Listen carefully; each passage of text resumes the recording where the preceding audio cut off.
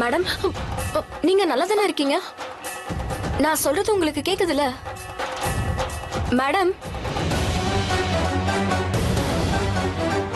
Ma'am,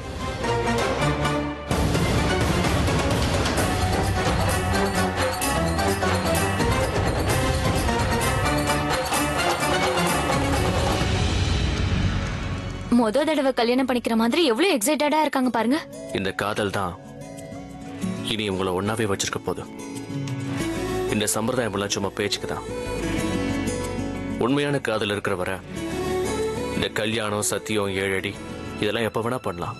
என்ன கடவுளே, என்னை இப்படி மாட்டி விட்ட. இந்த கண்ணால மட்டும் நடந்தது பெரிய தப்பாயிடும். இது இவருக்கு பண்ற துரோகம், அந்த பிறகியாவுக்கு பண்ற துரோகம். எதனாச்சும் ஒண்ணு பண்ணி இந்த கண்ணாலத்தை எப்படியாவது நிறுத்திருப்பா.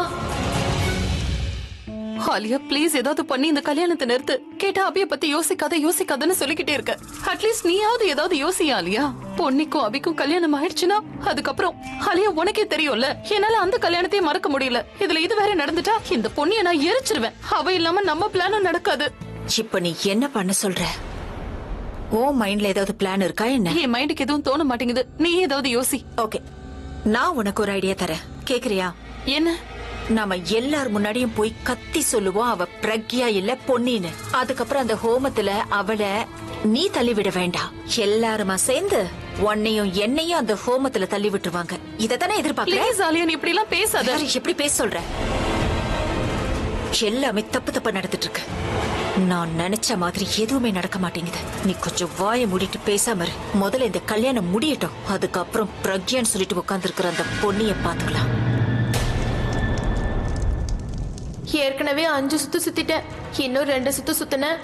அப்புறம் உண்மையிலேயே நான் இவருக்கு பொண்டாட்டி ஆயிடுவேன். இன்னொரு பொண்ணோட வாழ்க்கைய என்ன இதுக்கு வாழ வைக்கணும்னு நினைக்கிறேன். ஏன்பா இப்படி பண்ற?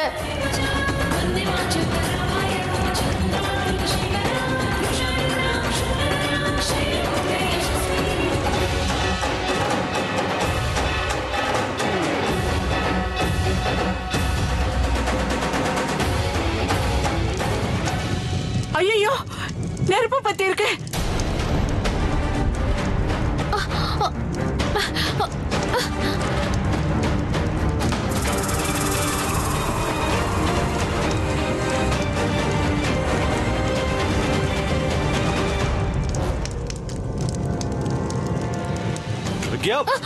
என்ன பண்ற?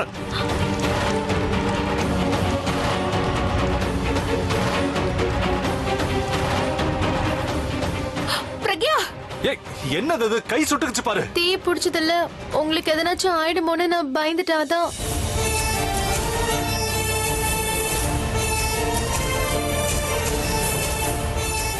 போட்டு முடிச்சுல தீ பிடிக்கிறது அபசகனம். அதுவும் இன்னும் ஒரே சுத்து தான் பாக்கி இருக்கு, அதுல தீ பிடிக்கிறது ரொம்ப பெரிய அபசகனம்.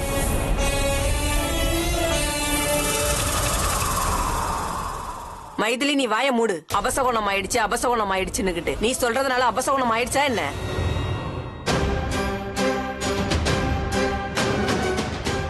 பிரக்யா, என்னாச்சு? நீ நல்லா இருக்கல? டாக்டர், நான் உடனே என் புருஷன் கிட்ட போய் ஆகணும். அவருக்கு ஏதோ கெடுதல் நடக்குது, என் குடும்பத்துக்கு ஏதோ கெடுதல் நடக்குது. அவருக்கு கெடுதல் நடக்கும்போது நான் எப்படி இங்க இருக்க முடியும்? நான் உயிரோட இருக்கேன்னு அவருக்கு தெரியாது. நான் இங்க இருக்கேன்னு அவருக்கு தெரிஞ்சாகணும். உங்களை நான் கூட்டிட்டு போறேன். ஆனா நீங்க இன்னும் முழுசா குணமாவலையே. நீங்க ரொம்ப வீக்கா இருக்கீங்க. டிராவல் பண்றது இந்த நிலைமையில ரொம்ப கஷ்டம். உங்களால ஒழுங்கா நடக்க கூட முடியாது. இல்ல, நீங்க புரிஞ்சுக்க மாட்டேங்கிறீங்க. என்னால இங்க இருக்க முடியாது. நான் போயே ஆகணும். இங்க பாருங்க பிரக்யா, நீங்க ரொம்ப வீக்கா இருக்கீங்க. நீங்க இப்படி ஸ்ட்ரெயின் பண்றதே தப்பு. இல்ல, என்னோட தைரியம், என்னோட பலம் எல்லாமே என்னோட புருஷன் மட்டும்தான். என்னோட வாழ்க்கையில அவர் இல்லைன்னு தெரிஞ்ச அடுத்த நிமிஷமே என்னோட உயிர் போயிடும்.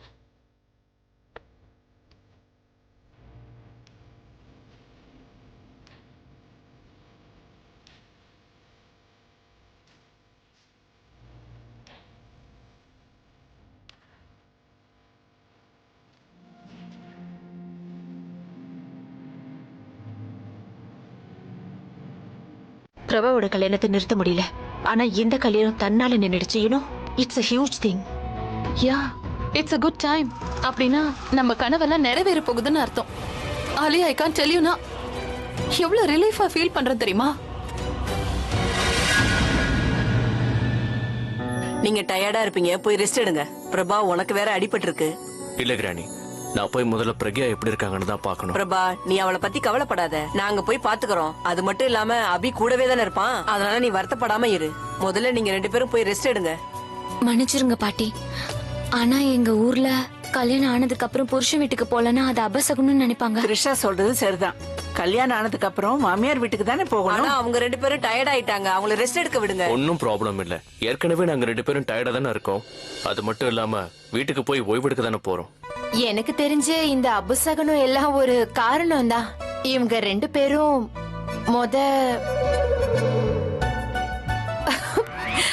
அத பத்தி தான் பிளான் பண்ணிட்டு இருக்காங்கன்னு நினைக்கிறேன். நீங்க வேற நேரம் காலம் புரியாம. என்ன நீனா உண்மையை தானே சொல்றேன்.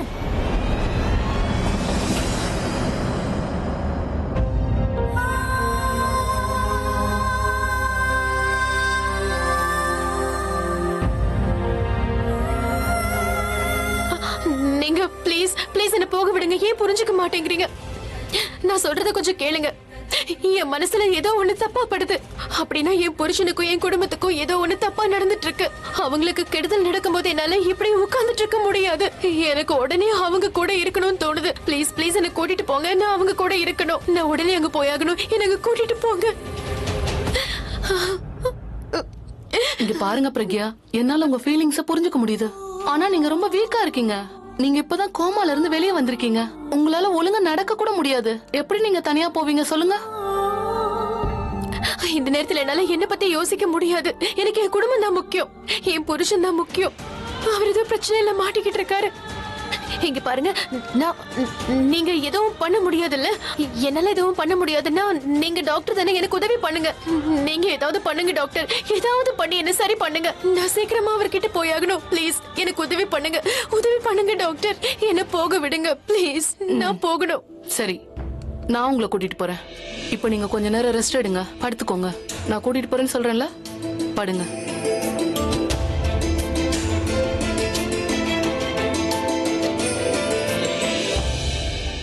நான் உங்க கூட வரேன். இவ்வளோ நாளா நான் உங்களை ஒரு தங்கச்சி மாதிரி பார்த்துக்கிட்டேன். நல்லா கேர் பண்ணிக்கிட்டேன். நான் எப்படி என் தங்கச்சியை தனியா விடுவேன்? ஒரு டாக்டரா நான் என் வேலையை முடிச்சிட்டேன். இப்போ ஒரு அக்காவா நான் என் டியூட்டியை பார்க்கணும். உன்னோட அக்கா உன்னை உன் வீட்டுக்கு கூட்டிட்டு போவா. என்ன நம்புங்க.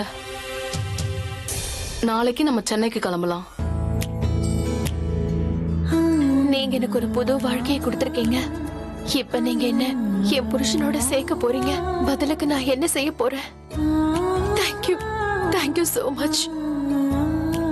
என் புருஷன் என்ன பார்த்து ரொம்ப சந்தோஷப்படுவாரு. எனக்காக அவர் இத்தனை நாளா வெயிட் பண்ணிக்கிட்டு இருப்பாரு. எவ்வளவு நாள் நான் இங்க இருந்துட்டேன். இன்னைக்கு ஒரு ராத்திரி கூட என்னால இங்க இருக்க முடியாது. என்ன பார்த்துன்னா ரொம்ப சந்தோஷப்படுவாரு. நெருப்புல யாராவது கை வைப்பாங்களா பிரக்யா? எப்படி சுட்டுக்குச்சு பாரு. தண்ணியாவது ஊத்திருக்கலாம்ல. தண்ணி ஊத்துனா அது அபசகுணம்ல. 7 அடி நடக்கணும்னு நீங்க ஆசைப்பட்டீங்க. அப்படி இருக்கும்போது நான் எப்படி என்ன வாய்க்கு வந்தபடி பேசுற? உன்னை விட அதெல்லாம் முக்கியமா எனக்கு? எனக்கு அந்த 7 அடி நடக்கிறத விட நீதான் முக்கியம். அதை புரிஞ்சுக்கோ. எவ்வளவு தடவை உன்னை எழுந்திருக்கேன் தெரியுமா? இன்னொரு தடவை இழக்க சொல்றியா?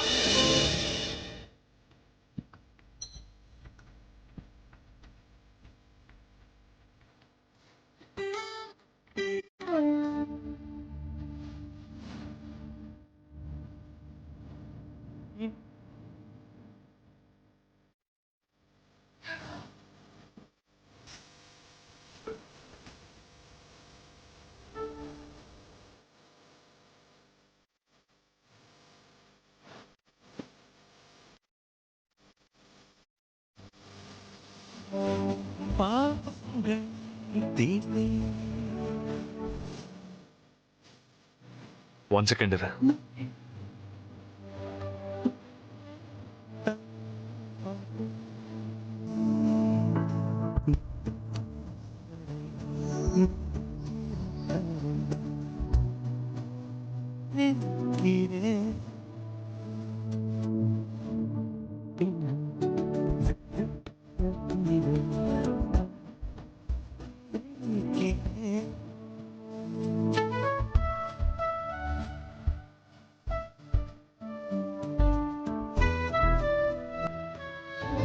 உனக்கே நல்லா தெரியும், நீதான் என்னோட தைரியம் அண்ட் நீதான் என்னோட வீக்னஸும் கூட.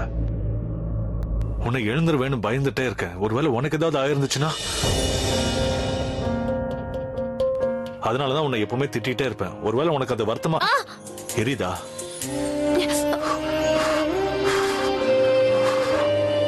இப்போ ஓகேவா?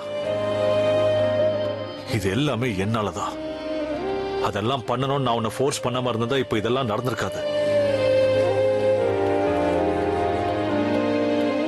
இந்த காதல் என்னால புரிஞ்சிக்கவே முடியல. சந்தோஷத்தை விட அதிகமா இது நமக்கு கஷ்டத்தை ஏன் கொடுக்குது? ஐ மீன், உன் கூட இருந்தா எனக்கு எப்பவுமே சந்தோஷமா இருக்கும். ஒருவேளை நீ எனக்கு தூரம் ஆயிட்டனா நான் என்ன ஆவேன்னு கூட எனக்கு தெரியல. உனக்கு ஏதாவது ஆயிருந்தா எனக்கு பைத்தியமே பிடிச்சிருக்கும். எப்பவும் பயந்துகிட்டே இருப்பேன். ஆனா இந்த பயமும் நல்லதுதான். இந்த பயம் இருக்கிறதுனாலதான் மனுஷனுக்கு காதல் அதிகமாகுது. ஒரு மனுஷன் எவ்வளவு பயப்படுறானோ அந்த அளவுக்கு அவன் லவ் பண்ணுவான். உனக்கு குண்டடி பட்டு நீ தண்ணியில அடிச்சுக்கிட்டு போனப்ப எல்லாரும் என்ன சொன்னாங்க தெரியுமா? உனக்காக வெயிட் பண்ண வேண்டாம், நீ வரமாட்டேன்னு சொன்னாங்க. ஆனா உன் மேல இருந்த காதல் தான் என்ன உனக்காக வெயிட் பண்ண வச்சது. இப்ப பாரு, அதே காதலாலதான் நாம 2 பேரும் ஒன்னா சேர்ந்திருக்கோம்.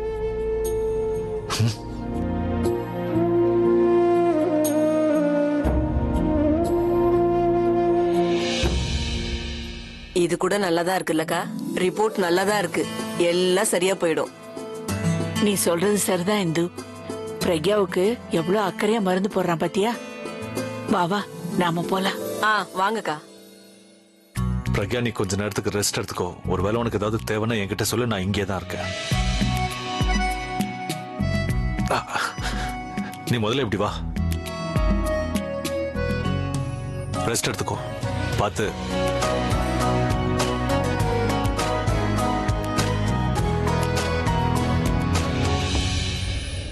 நீ இப்ப தூங்கு.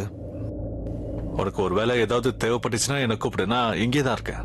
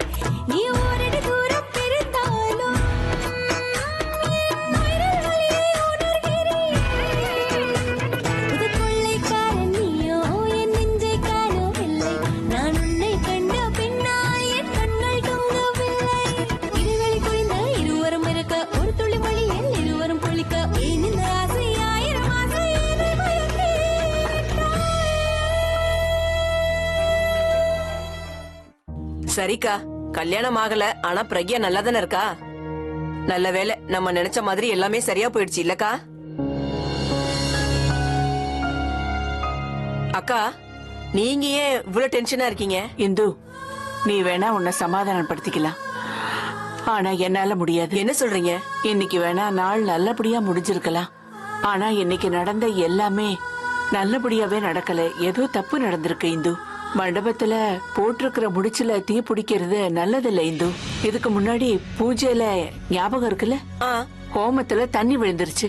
இந்து, நமக்கு பூஜையில அக்னி தான் ரொம்ப பவித்திரமானது. அது மூலமா ஏதோ சொல்றதுக்கு நினைக்குது. என் மனசுக்கு என்ன தோணுதுன்னா, எங்கேயோ ஏதோ தப்பு நடந்திருக்கு, இல்ல இனிமே நடக்க போகுது. அக்கா, நீங்க சொல்றதும் கரெக்ட் தான்.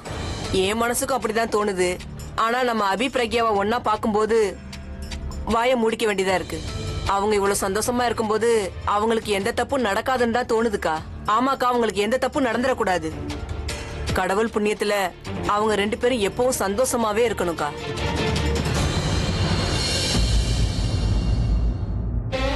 தேங்க் காட் இங்க இருக்கிற 2 பாட்டிக்கும் பொன்னி மேல எந்த சந்தேகமும் வரல. அதை விட இம்பார்ட்டன்டான விஷயம் என்னன்னா தனு, ஒருவேளை அண்ணாக்கும் அந்த பொன்னிக்கும் கல்யாணம் ஆயிருந்ததுன்னா நம்ம கண்டிப்பா இந்த வீட்டை விட்டு போயிருந்திருக்க வேண்டியதுதான். இன்னைக்கு அந்த பொண்ணு என்ன மூட்ல இருக்கானே புரிய மாட்டேங்குதே. அவ எந்த மூட்ல வேணாலும் இருக்கட்டும் ஆலியா.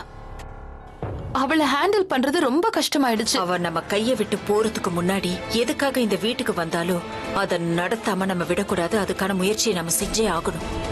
அண்ணாவோட ப்ராப்பர்ட்டிய நம்ம பேருக்கு மாத்திரமோ இல்ல அண்ணாவோட பேருக்கு பக்கத்துல உன்னோட பேரை வைக்கிறோமோ, 2ல ஏதாவது ஒண்ணு செஞ்சே ஆகணும். அதையும் உடனே ரொம்ப ஃபாஸ்டா முடிச்சாகணும்.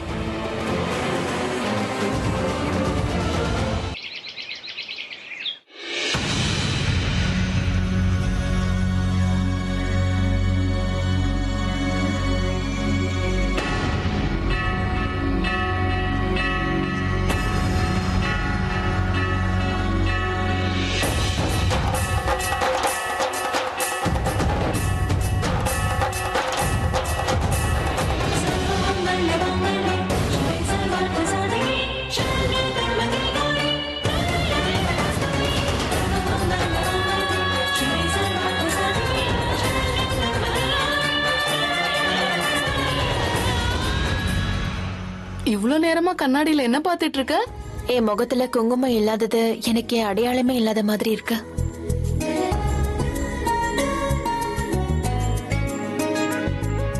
போலாமா?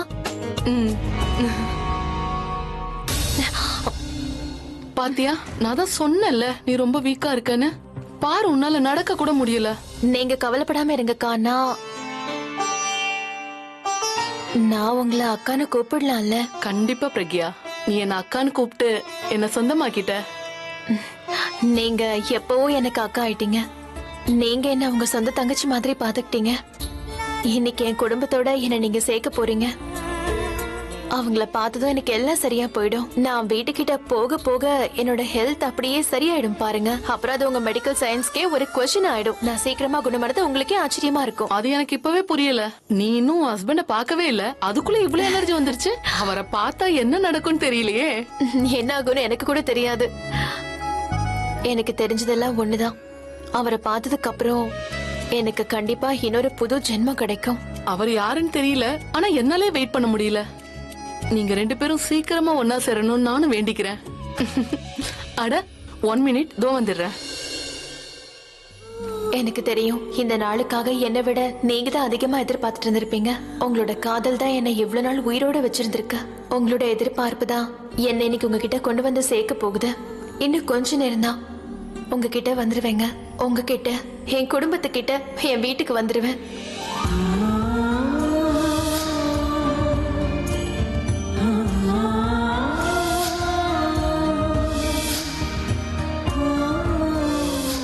அவர் என்ன பார்த்தாருன்னா என்னை விட அவர் தான் அதிகமா சந்தோஷப்படுவாரு. அவரோட சந்தோஷத்தை பார்க்கறதுக்கு என்னால வெயிட் பண்ணவே முடியல.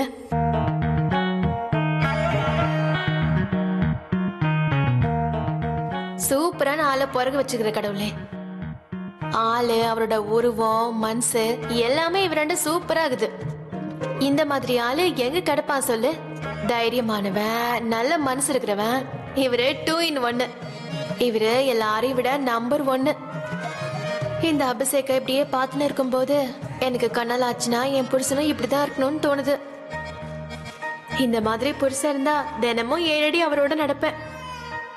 அது சரி, நேத்து 7வது அடியும் நடந்திருந்தேன்னா நான் இவரோட பொண்டாட்டி ஆயிருந்திருப்பேன். நான் என்ன நினைச்சுன்னு இருக்கேன்? இதெல்லாம் நடக்கவே நடக்காது. இத பத்தி யோசிக்கிறதே தப்பு. உனக்கு என்ன பைத்தியம் பிடிச்சுக்குதா?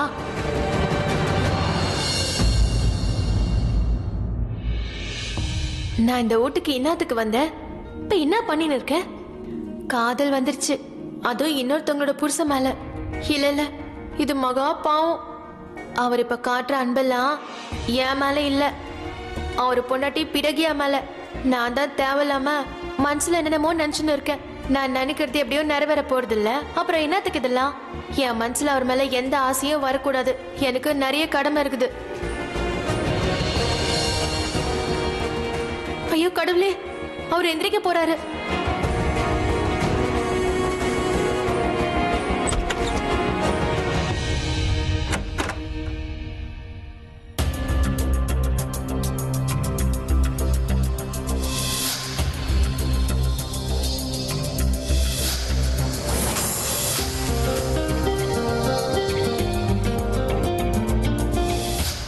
கொஞ்ச நேரத்துல என்ன நான் யோசிச்சுட்டேன், என்னையே நான் மறந்துட்டேன். இப்படிலாம் யோசிக்க கூடாதுன்னு நினைக்கிறேன், ஆனா முடிய மாட்டேங்குது. ஏன் தான் இப்படிலாம் எனக்கு தோணுதோ, என் மைண்ட் மொத்தமா ஆஃப் ஆயிடுச்சு. என்ன பண்றது? அவரோ ரொம்ப நல்லவராகிறாரு. எனக்கு என்ன பண்றதுன்னே புரியல. நான் பண்றது ரொம்ப தப்பு, அது மட்டும் புரியுது. ஒருவேளை எனக்கு அவர் மேல காதல்